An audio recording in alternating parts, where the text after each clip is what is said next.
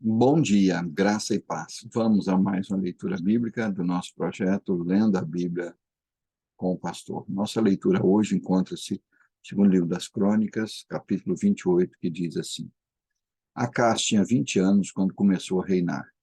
Reinou em Jerusalém por 16 anos. Ao contrário do seu antepassado Davi, não fez o que era certo aos olhos do Senhor. Em vez disso, seguiu o exemplo dos reis de Israel. Fez ídolos de metal para adorar Baal, queimou incenso no vale de Ben-Hinnom e chegou a sacrificar os próprios filhos no fogo. Desse modo, seguiu as práticas detestáveis das nações que o Senhor havia expulsado da terra diante dos israelitas. Ofereceu sacrifícios e queimou incenso nos santuários idólatras, nos montes e debaixo de toda árvore verdejante.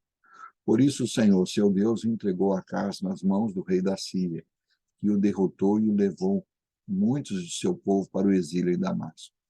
Também o entregou nas mãos do rei de Israel, que derrotou Acaz e matou muitos de seus soldados. Em um só dia, Peca, filho de Remalias, matou 120.000 soldados de Judá, todos guerreiros experientes, pois haviam abandonado o Senhor, o Deus de seus antepassados. Então Zicri, um guerreiro de Efraim, matou Maacéias, filho do rei Asricão, oficial encarregado do palácio do rei, e Eucana, segundo no comando depois do rei. Os soldados de Israel capturaram 200.000 mulheres e crianças de Judá e tomaram enormes quantidades de despojos que levaram para Samaria. Odete, profeta do Senhor, estava em Samaria quando o exército de Israel voltou. Saiu ao encontro deles e lhes disse: O Senhor, o Deus de seus antepassados, está virado com Judá e o entregou em suas mãos. Mas vocês foram longe demais e os mataram com fúria que chegou até os céus. Agora pretendem escravizar esse povo de Judá e de Jerusalém. E quanto a seus próprios pecados contra o Senhor, o seu Deus, ouçam-me e mandem de volta esses prisioneiros que vocês capturaram, pois são seus parentes. Tenham cuidado, pois a ira ardente do Senhor se voltou contra vocês. Então alguns dos líderes de Israel, Azarias, filho de Joanã, Berequias, filho de Mesilemote, Jeiziquias, filho de Salum, e Amasa, filho de Hadlai, confrontaram os homens que voltaram da batalha. Não tragam os prisioneiros para cá, disseram. Se o fizerem, aumentaremos nossos pecados e nossa culpa diante do Senhor. Nossa culpa já é grande e a ira ardente do Senhor se voltou contra Israel. Então os guerreiros libertaram os prisioneiros e colocaram os despojos diante dos líderes do povo. Os 4 homens já mencionados por nome vieram à frente e deram roupas dos despojos aos presos que estavam nus, vestiram-nos, deram-lhes sandálias, providenciaram comida e bebida para eles e aplicaram bálsamo sobre seus ferimentos.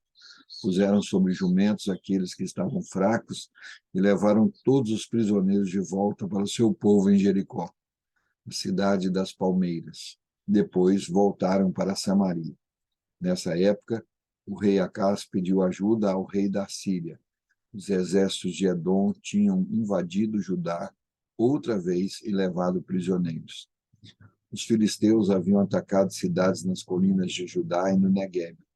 Conquistaram e ocuparam Bet-Semes, Aijalon e Gederote, além de Socó, Timna e Ginzo com seus povoados.